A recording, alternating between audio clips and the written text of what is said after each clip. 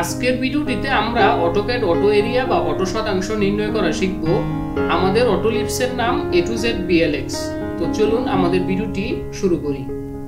সর্বপ্রথম আমাদের লিপসটি ব্যবহার করার আগে অথবা ইনস্টল করার আগে আমাদের একটি সেটিং করে নিতে হবে। সেটা হচ্ছে আমাদের যে কিবোর্ড আছে, কিবোর্ড থেকে UN এন্টার এটা করে এই যে এখানে যে প্রিসিশন নামের যে অপশনটা দেখতে পাচ্ছেন, এই প্রিসিশন অপশনের এই যে 2 নাম্বার অপশনটা অবশ্যই সিলেক্ট করতে হবে।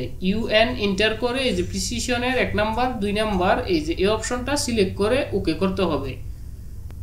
এখন এই যে এই লাইনগুলো এবং ডাইমেনশনগুলো এঁকে রেখেছি, এগুলোকে আমি কপি করে আমাদের টেমপ্লেটে নিয়ে আসি। এই যে কপি টুল, এটার সাহায্যে আমি খুব সহজেই আমাদের যে কোনো একটা নির্দিষ্ট টেমপ্লেটে নিয়ে আসতে পারি। তো আমি এই টেমপ্লেটে এটাকে নিয়ে আসি, কপি করলাম, স্কেপ দিলাম।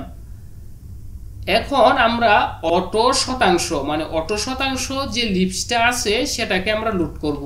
সেটার জন্য AP এন্টার অথবা আপলোড এন্টার।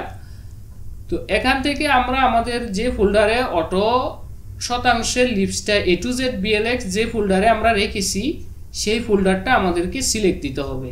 এই যে A to Z BLX ফাইলটাকে আমরা ক্লিক করে লোড, তারপর লোড অনস, তারপর ক্লোজ করে দিব। এখন আমাদের লিপস লোডের কাজ শেষ।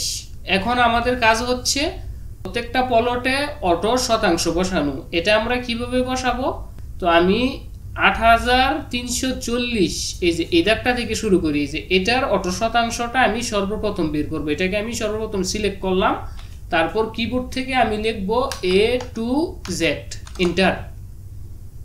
তারপর আমি যেখানে বসাবো, এই যে মনে করেন আমি এখানে বসাতে চাই, তাহলে এখানে ক্লিক করব। তাহলে দেখেন 119.46 শতাংশ বসে গেছে। এখন আমাদের 39 এর পালা।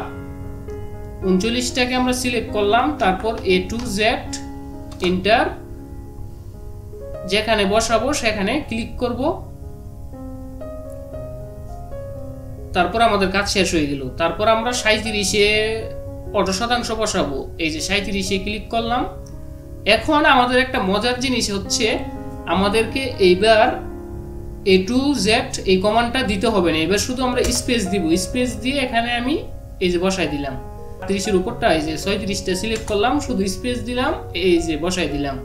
তো আমি এই যে এটা সিলেক্ট করলাম, স্পেস দিলাম, তারপর আমি বসাই দিলাম।